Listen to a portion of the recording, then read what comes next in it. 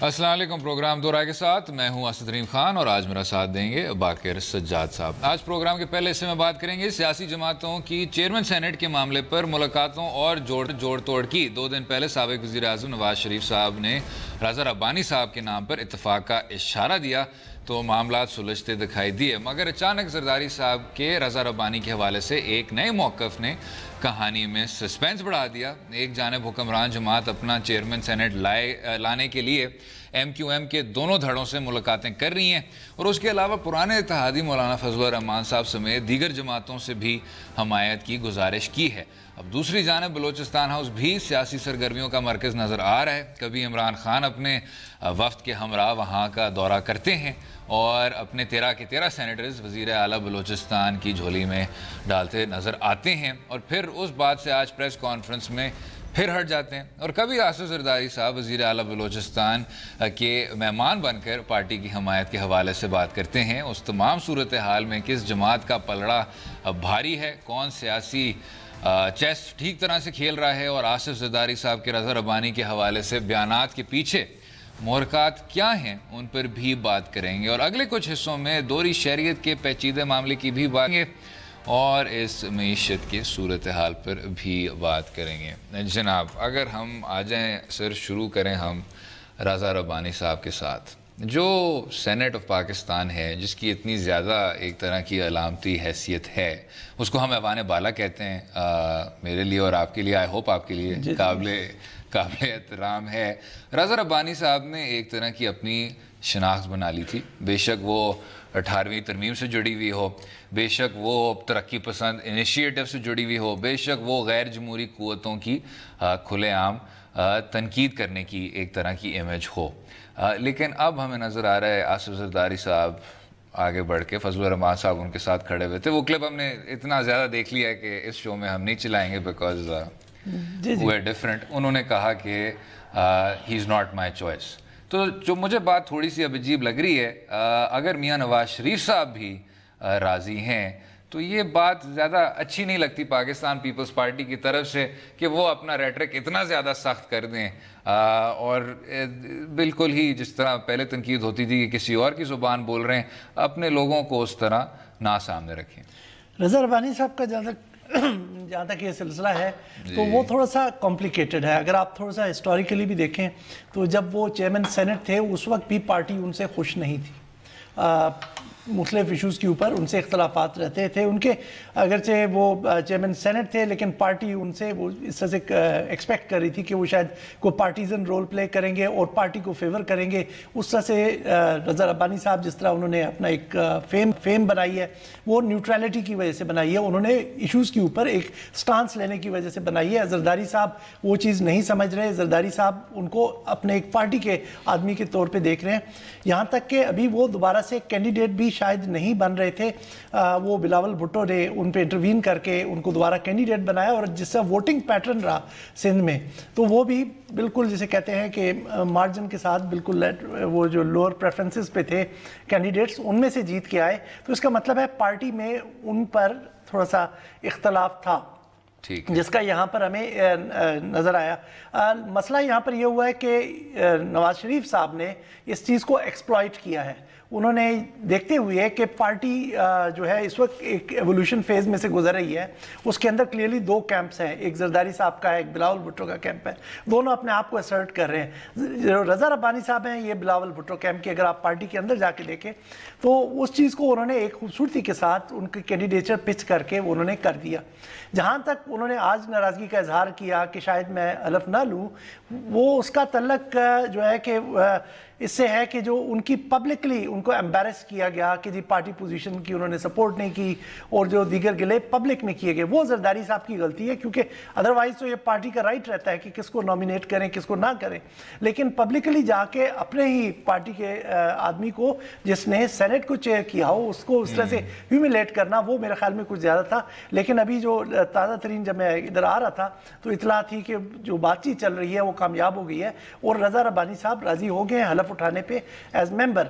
लेकिन वैसे भी मैं आपको यहाँ बताता चलूँ कि रज़ा रब्बानी साहब के लिए बिलावल ने भी एक डिफरेंट ट्रेजेक्ट्री तैयार करके रखी हुई है। वो उसका वो चेयरमैन सेनेट की नहीं थी, اچھا خیر تھوڑا سا افسوس یہ ہوتا ہے کہ جب ہم سینیٹر کی بات کرتے ہیں یا کسی بھی لیجسلیٹر کی بات کرتے ہیں تو شاید واحد جو میٹرک ہے وہ صرف اور صرف قانون سازی کا ہونا چاہیے. اب رضا ربانی صاحب کی شناخت کے بارے میں ہم نے بات تو کی, اور جب عسکری عدالتوں کی بھی بات ہو رہی تھی تو آپ نے دیکھا تھا انہوں نے بہت زیادہ غم کا اظہار کیا تھا فلور پہ. جی بالکل وہ یاد ہے. لیکن اس سے شاید ایک بہتر قدم ہوتا اگر وہ مستعفی ہو جاتے. مستعفی وہ نہیں ہوئے, لیکن کیونکہ ایوری تھنگ از ریلیٹیو اسی سینٹ کو سامنے رکھتے ہوئے تو شاید ہم یہ کہہ سکتے ہیں کہ پھر بھی رضا ربانی صاحب ان پروگریسو فورسز میں ہیں. لیکن اگر پاکستان پیپلز پارٹی صرف بابر صاحب اور رضا ربانی صاحب کو نقاب کے طور پہ رکھنا چاہتی ہے, ترقی پسند نقاب کے طور پہ رکھنا چاہتی ہے اور اندر سے وہی چیزیں کرنا چاہتی ہے جو وہ پہلے سے کر رہی ہے, تو یہ اس پارٹی کا کوئی خاص نظریاتی کوہیرنس دیکھنے کو نہیں ملتا.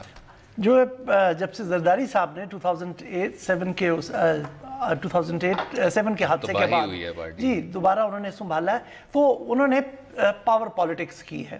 انہوں نے اپنے آپ کو اقتدار میں رکھنے کی پالیٹکس کی. پاور پالیٹکس میں آپ کی پاور بڑھتی نہیں ہے؟ جی پاور تو بڑھتی ہے لیکن مٹ گئے ہر طرف سے. نہیں, ادھر مٹ گئے چونکہ وہ اپنے ہی بھی شناخت کھو بیٹھے, وہ زیادہ پاور پالیٹکس کی طرف چلے گئے. انہوں نے کہا کہ شاید کچھ لوگوں کو خوش کرنے کی یا کچھ کوارٹرز کو خوش کرنے سے ان کا اقتدار طویل ہوگا, وہ کو ڈسکنیکٹ ہو گئے. ابھی آپ لیٹلی دیکھیں 2013 سے آنورڈز لوگ ان سے ایکسپیکٹ کر رہے تھے کہ وہ اپوزیشن کا رول پلے کریں گے, لیکن وہاں بھی انہوں نے فیل کیا.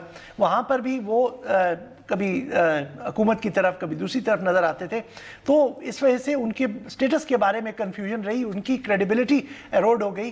اب بھی آ کر وہ اسی طرح کی کچھ مخمسے کا شکار ہیں کہ کہیں میں کمپرومائز کر دوں نواز شریف کے نام کے اوپر تو لوگ کل کہیں گے کہ جو مکمکا کی پالیٹکس سے 5 سال سے کرتے آ رہے ہیں یہ آگے بھی وہی کرنے جا رہے ہیں, اور وہ جو کچھ شاید وہ ایکسپیکٹ کر رہے ہیں کہ لوگ ان پہ اب بلیو کر لیں گے کہ ایک ایز اے اپوزیشن پارٹی وہ نہ کریں, اور پھر وہ ان کو بھی پی ایم ایل این کی بی ٹیم ہی سمجھیں. بالکل. اور جب لوگ کہتے ہیں, ابھی بھی حیرت ہوتی ہے تھوڑی سی جب آصف زرداری صاحب کے بارے میں کہا جاتا ہے کہ جی یہ تو چانکیہ ہیں, یہ تو اتنے بڑے سیاسی ویلر ڈیلر ہیں, یہ تو واقعی میں ایک اسٹریٹیجک جینیس ہیں. پہلے تو آپ 3 صوبوں سے آپ کی سیاسی جماعت مٹ گئی, جس کو پہلے ایک زمانے میں کہا جاتا تھا کہ ملک کی واحد قومی پارٹی ہے, ملک کی واحد وفاق کی فیڈریشن کی سیاسی جماعت ہے.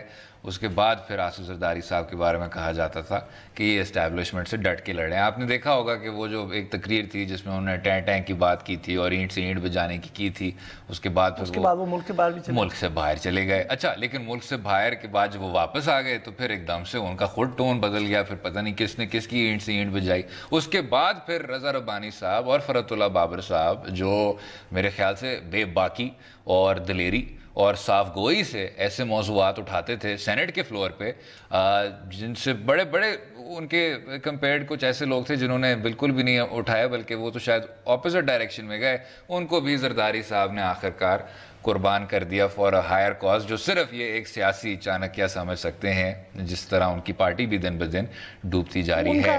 شاید تجزیے میں تبدیلی آنی چاہیے. آئی تھنک نہیں, ان کا خیال یہ تھا کہ شاید کوئی اسٹیبلشمنٹ کو رول پلے کرے گی تو ہم ان کو سپورٹ کر کے ہم اپنا چیئرمین لا لیں, اور اپنا یہ جو ہماری جس طرح سے ایک پارٹی نیچے جا رہی ہے اور ایک ریجنل پارٹی بن کے رہ گئی ہے, ہم اس کو دوبارہ سے ریوائیو کریں. اب دیکھیں جہاں تک فرحت اللہ بابر صاحب کا تعلق ہے, انہوں نے اکاؤنٹیبلٹی کے لیے جو ان کی ریویو کے لیے سینٹ میں اور پارلیمنٹ کی ایک شاید کمیٹی بنی تھی, وہاں پر تمام ججز جنرلز کی اکاؤنٹیبلٹی کے لیے پریس کرتے رہے, اور ان کو بتائے بغیر ہی زرداری صاحب نے ملٹری کی اکاؤنٹیبلٹی کو اس میں سے خارج کرا دیا, جس کا ذکر اب بابر صاحب نے اپنی اس فیئرویل اسپیچ میں بھی کیا.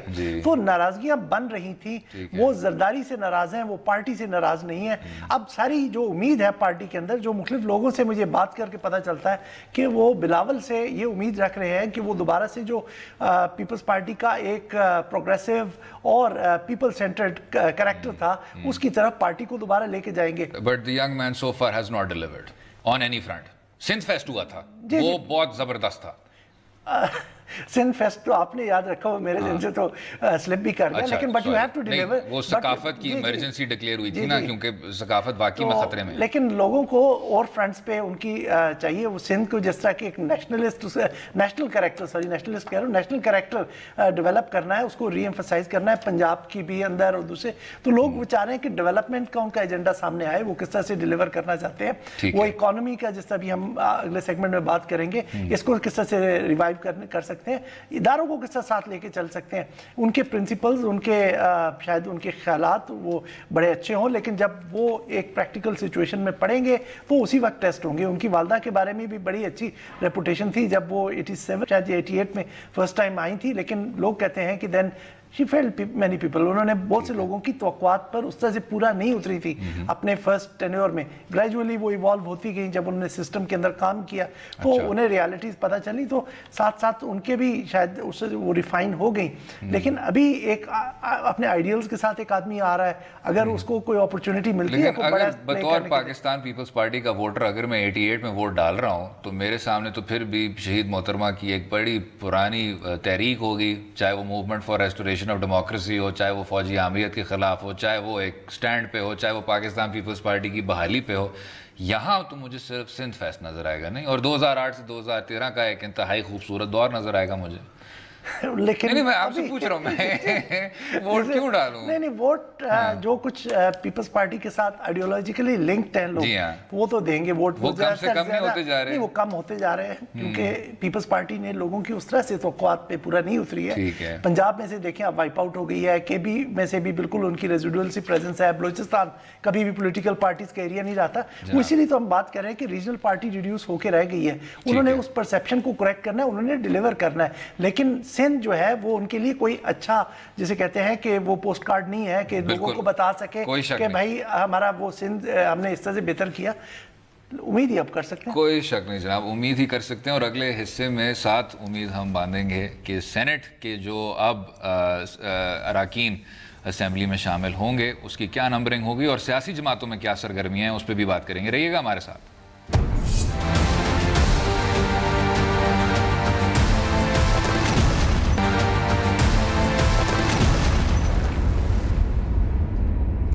वेलकम बैक टू दो राय। बात हो रही थी चेयरमैन सेनेट के इंतखाब की आने वाले दिनों में। जनाब बाकर साहब, एक बहुत ही तशवीशनाक बात की जाती है हमारी जमहूरियत के बारे में, यानी जब जमहूरियत नहीं होती, जब फौजी आमरीत होती है, तो तब ही किसी छोटे सूबे का वज़ीर आज़म सामने आता है। बेशक मोहम्मद ख़ान जुनेजो साहब हों सिंध से, बेशक ज़फ़रुल्लाह ख़ान जमाली साहब हों बलूचिस्तान से, और इसमें सोच ये होती है कि जी क्योंकि आपके जो फौजी आमिर होते हैं उनको ना जमहूरियत की टेंशन होती है, ना पॉपुलर ओपिनियन की टेंशन होती है, ना इलेक्टोरल बैलेंसिंग की ज़्यादा टेंशन होती है, तो वो इस तरह की चीज़ें कर सकते हैं। आम तौर पे आपका जो बैलेंस है एडमिनिस्ट्रेटिव वो इसी तरह का है कि पंजाब हमेशा मकबूल होता है। सेनेट इस तरह नहीं है क्योंकि वो एक फेडरेशन का हाउस है, लेकिन उसको साथ रखते हुए भी जब वज़ीर आला बलूचिस्तान कहते हैं कि मैं चाहता हूँ कि जी अगला जो चेयरमैन सेनेट है वो बलूचिस्तान से ताल्लुक़ रखे, ये मेरे ख्याल से एक खूबसूरत बात है।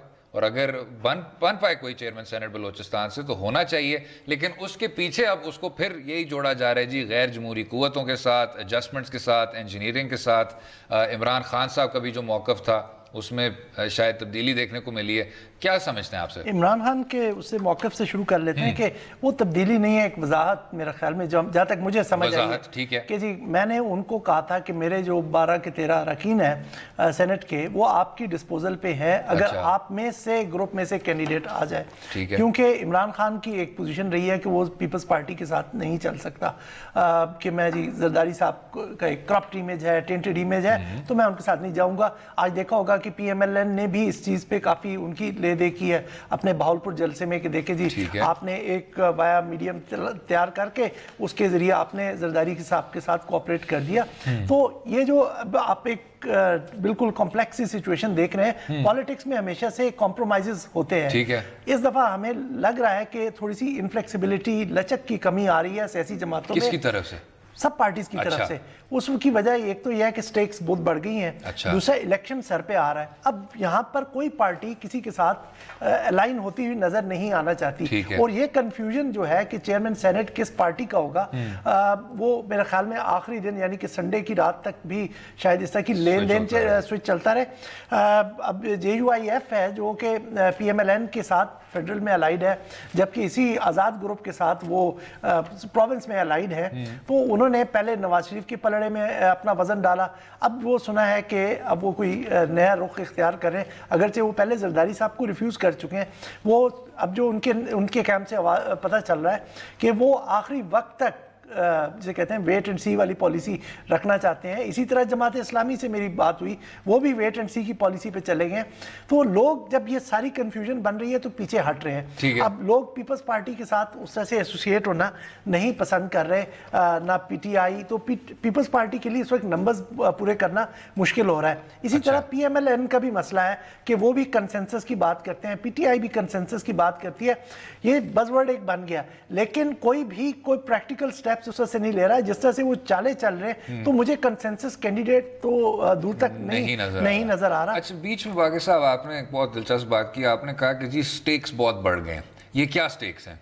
स्टेक्स, अगला इलेक्शन भी आ रहा है, ठीक है। दूसरा ये है कि सारी की सारी यहाँ से लोग अपना कंक्लूजन्स ड्रॉ करेंगे कि जी मैं उसके साथ एलाइड हूँ, फलां पार्टी के साथ हूँ। जिस तरह कि आज भी अगर आप भावलपुर में पीएमएलएन का जलसा देखें तो वो कहते हैं आपके 70 लाख वोट उन्होंने पिछले इलेक्शन में लिए, वो जाके जरदारी के कदम में डाल दिए। एक वो कोई भी किसी का बैगेज लेने के लिए तैयार नहीं है। अगर मेरे कुछ मसाइल हैं तो वो कोई पार्टी उनको ओन करने को तैयार नहीं है। अब यहाँ पर ये चीज़ें पॉलिटिकल पार्टीज जो है, दोनों अपोजिशन पार्टीज, अगरचे पीटीआई और पीपल्स पार्टी ये चीज़ मिस कर रही हैं कि अगर वो हाथ नहीं जोड़ती, जहाँ नंबर्स उनके खिलाफ हैं वहाँ बिल्कुल उनकी पॉसिबिलिटी ख़त्म हो जाती है। तो लेकिन वो पब्लिकली इकट्ठे होने को तैयार नहीं है। और अगर कंबाइंड ऑपोजिशन नहीं आती तो ना सिर्फ सेनेट का इलेक्शन बल्कि अगले जनरल इलेक्शंस में भी पीएमएलएन को जिसे कहते हैं ना कि एक एडवांटेज रहेगा। अच्छा, इसमें ये बताएं बाकी साहब कि जो पाकिस्तान पीपल्स पार्टी पे पिछले 3 साल से तनकीद हुई कि आप जी मुफाहमत की सियासत करते हैं, क्या ये पाकिस्तान तहरीक इंसाफ पे इस तरह एक्सटेंड हो सकती है कि जब ग्रैंड अलायंस की बात हुई थी और तारुल कादरी साहब बीच में बैठे हुए थे तो आपने देखा था कि वो जो एहतजाज था, वो जो धरना था, उसमें कोई ख़ास जान नहीं थी। तो क्या पाकिस्तान तहरीक इंसाफ का वोटर चाहेगा कि वो पीपल्स पार्टी के साथ इस तरह इत्तेहाद करे, या क्या पाकिस्तान पीपल्स पार्टी का वोटर चाहेगा? इसी बल्कि शो पे तो नहीं, इसी चैनल पे शर्मिला फारूकी साहिबा का भी कहना था कि जी पाकिस्तान तहरीक इंसाफ के साथ भी कोई पाकिस्तान पीपल्स पार्टी खुद नहीं जा रही उसको एम्ब्रेस करने के लिए। तो कहना मैं ये चाह रहा हूँ कि क्या अगर आप थोड़ा सा अपने मैनिफेस्टो से हट जाएं दोनों सियासी जमातों के लिए, ये बुरा होगा? या जिस तरह लोग कह रहे हैं कि जी आप सोलो फ्लाइट पे नहीं चल सकते, पूरे वक्त मुखालफत की सियासत नहीं कर सकते, ये इन दोनों सियासी जमातों के लिए अच्छा नहीं होगा? क्या राय रखते हैं आप? अगर आप उसके ऊपर से जो ब्रॉडर प्रिंसिपल ये है कि दोनों को इकट्ठा होना चाहिए, क्योंकि पीएमएलएन को अगर काउंटर करना है, जिस तरह का एक उनको मोमेंटम उनको मिल चुका है इलेक्शन से पहले, तो इन दोनों को मिलके एडजस्टमेंट करके किसी तरह से कंटेस्ट करना पड़ेगा। लेकिन इनके दरमियान जो ब्रिज है, जो गल्फ है, वो बहुत बड़ी है, वो इतनी जल्दी खिलाफ पुर नहीं होने लगी, क्योंकि दोनों ने एक दूसरे के खिलाफ पॉलिटिक्स की है, एक दूसरे के खिलाफ अपने अंदर एक राय बनाई है। वो चीज दूर नहीं कर पाएंगे, लोगों को वो कन्विंस नहीं कर पाएंगे कि पीपल्स पार्टी का वोटर पीटीआई के कैंडिडेट को वोट दे और पीटीआई का कैंडिडेट किसी और हल्के में पीपल्स पार्टी के। ये जाके अगर इनके दरमियान कुछ बन सकता है तो वो इस तरह की सिचुएशंस में, जिस तरह का सेनेट में अब बन रही है या आने वाली नेशनल असेंबली में बन सकती है कि जी वो आके अलायंस कर ले। इस वक्त इनके हाथ बंधे हुए हैं, वो पीपल्स पार्टी के पास करीब जाना नहीं चाहते कि ये शायद उनके लिए इमेज के लिए नुकसानदेह हो। लेकिन ये सिचुएशन जब वो नेशनल असेंबली दोबारा इलेक्ट होकर आएगी तो वो एक फ्रेश मैंडेट होगा, 5 साल पड़े होंगे इलेक्शन में, तो वहां पर ये जाके कॉम्प्रोमाइजेस कर सकते हैं। लेकिन असूली तौर पे इनको कॉम्प्रोमाइज करके इनको इकट्ठा एक जॉइंट फोर्स के तौर पे अपोजिशन की गवर्नमेंट को कॉन्टेस्ट करना चाहिए। बिल्कुल ठीक। इसी नुक्ते पे वक्फा लेंगे और अगले हिस्से में बात करेंगे दोहरी शहरियत की और अरकान सेनेट के अदालत उज़्मा के सामने कुछ मामलात की। Stay with us.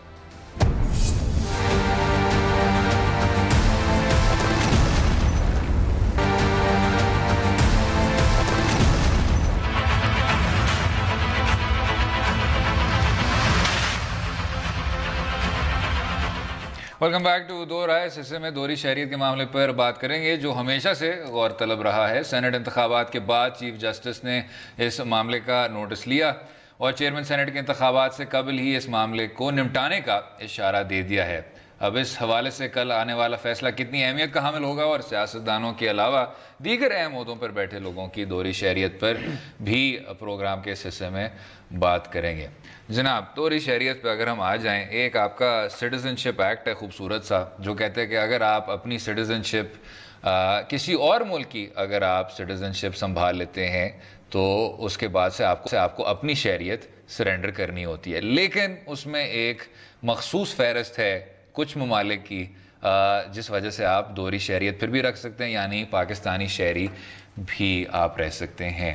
کانسٹیٹیوشن کی حد تک, آئین کی حد تک صرف اور صرف آپ کے جو مجلس شورا کے اراکین ہیں, چاہے سینٹ میں ہوں چاہے قومی اسمبلی میں ہوں, دوہری شہریت پہ سینکشن ہوتے ہیں. فی الحال آپ کے اگر حکومت میں کچھ عہدوں پر لوگ فائز ہیں, پولیس میں لوگ ہوں, اس طرح کے اٹانومس اداروں میں لوگ ہوں, اور ان تمام اداروں کے متعلق چیف جسٹس آف پاکستان نے اشارہ کیا ہے, اس پر کیا کیا جا سکتا ہے, کیا قانون سازی ہے, کوئی قانون سازی نہیں ہے, لیکن عدالت عظمیٰ کے فیصلے تک ہمیں انتظار کرنا ہوگا. وہ جہاں تک آپ نے سٹیزن شپ ایکٹ, شہریت ایکٹ جسے کہتے ہیں 1951 کا, اس کی سیکشن 14(1) کے تحت آپ کی سپریم کورٹ نے انٹرپریٹ کیا تھا, جواد خواجہ کی شاید ججمنٹ تھی, جی محمود اختر نقوی کیس, جی محمود اختر نقوی کیس میں, کہ انہوں نے کہا تھا کہ یہ جو ہوتی یہ پرووائڈ کرتی ہے کہ آپ ڈیول نیشنلٹی رکھ سکتے ہیں, ٹھیک ہے. تو وہاں سے ہم اس کو تو کوسچن نہیں کر رہے ان کے رائٹ کو, لیکن ہر کانسٹیٹیوشن میں دنیا میں جہاں بھی ڈیول نیشنلٹی الاؤڈ ہے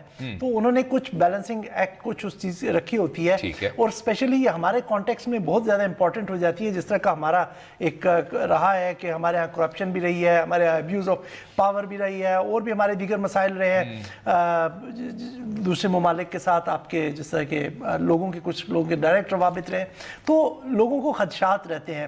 تو یہ پریویلیج آپ وہاں پر استعمال نہیں کر سکتے. پارلیمنٹ میں سیکشن 63(1)(c) اور میں ذرا انٹرپٹ کر رہا ہوں باقر صاحب, بالکل آپ نے صحیح کہا 63(c) میں ہی ہے, لیکن جب ہم بہت بڑے بڑے کرپشن کے کیسز دیکھتے ہیں یا جھوٹ کی دیکھتے ہیں, یا اس طرح جن لوگوں نے سب سے زیادہ ملک کو نقصان پہنچایا تھا, ان میں سے کتنے لوگ دوہری شہریت رکھتے تھے؟ لیکن مجھے یہ بات کبھی سمجھ نہیں آئی جب لوگ آتے ہیں اور کہتے ہیں کہ یہ جو سب ہیں یہ سوٹ کیس اٹھا کے بھاگ جائیں گے اور یہ بہت زیادہ کرپشن کرتے ہیں.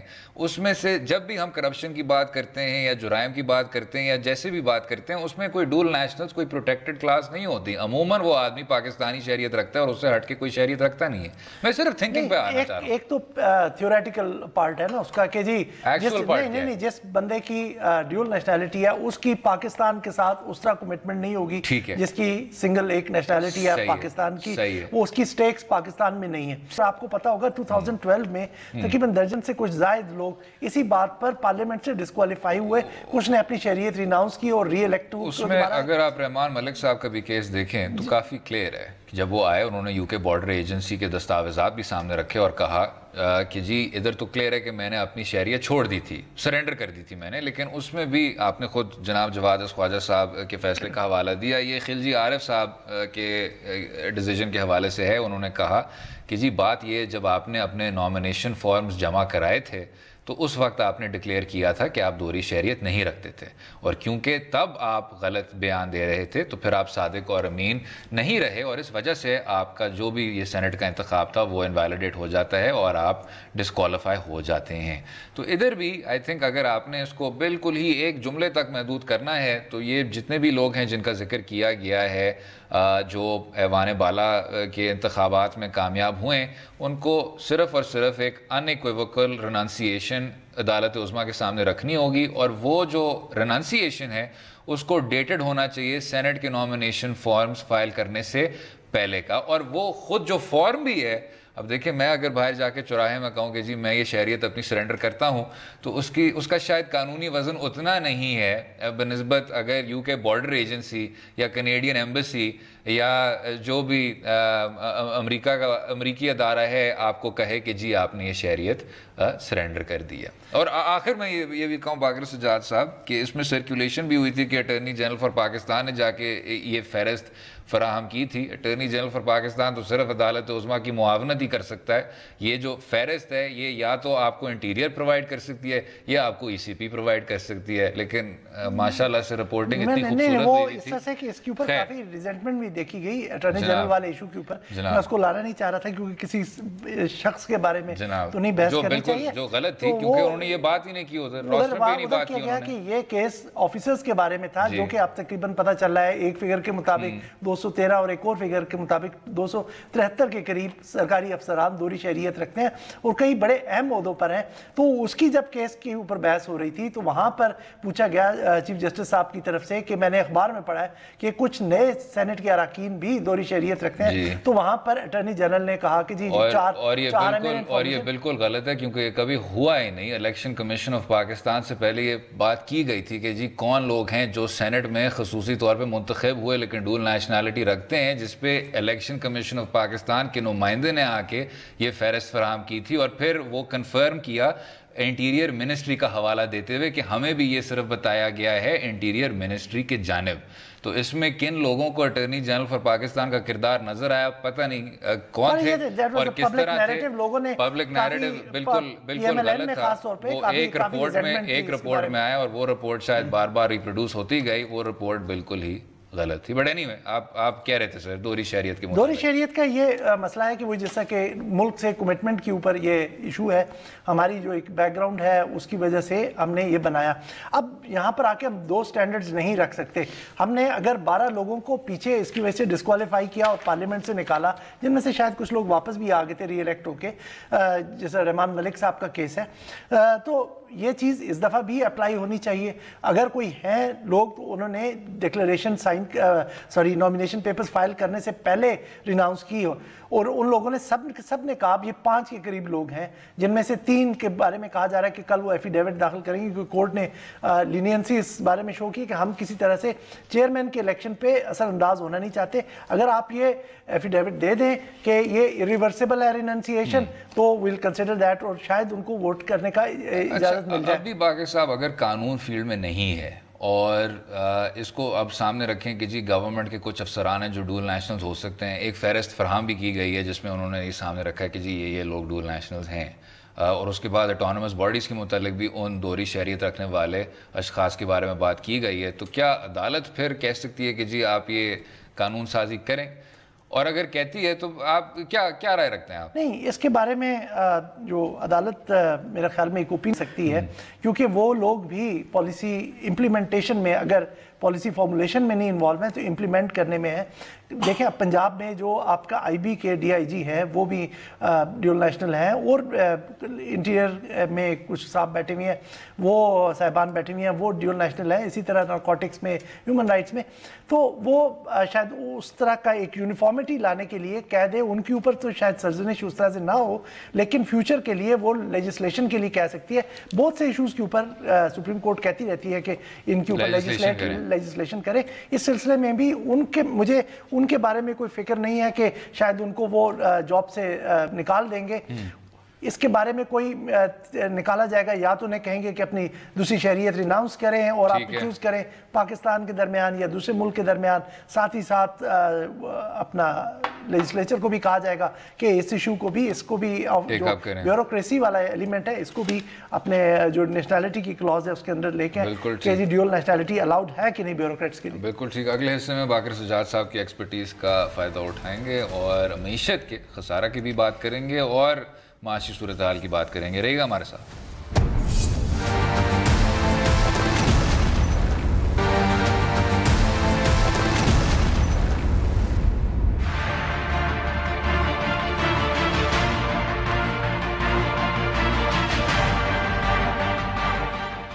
वेलकम बैक टू दो राय। आखिर में दिन ब दिन पाकिस्तान की कमज़ोर होती मीशत के हवाले से बात करेंगे। वर्ल्ड बैंक और IMF ने पाकिस्तान के बजट और बैरूनी खसारे को हुकूमत के लिए बड़ा चैलेंज करार दिया है। अब IMF रिपोर्ट के मुताबिक पाकिस्तान को ज़र मुबादला के ज़खायर में कमी से माशी इस्तेहकाम को ख़तरा है, मगर दूसरी जानिब वज़ीर आज़म पाकिस्तान काफ़ी मुतमईन नज़र आते हैं कि पाकिस्तान माशी तौर पर मजबूत हो रहा है, और IMF ने इस हवाले से तारीफ़ भी की है हुकूमत की मजबूत इकॉनमी के हवाले से पॉलिसीज़ क्या हैं और क्या सियासी मामलात की जंग ने माशी मामलात से तवज्जो हटा दी है, इस मामले पर भी बात करेंगे।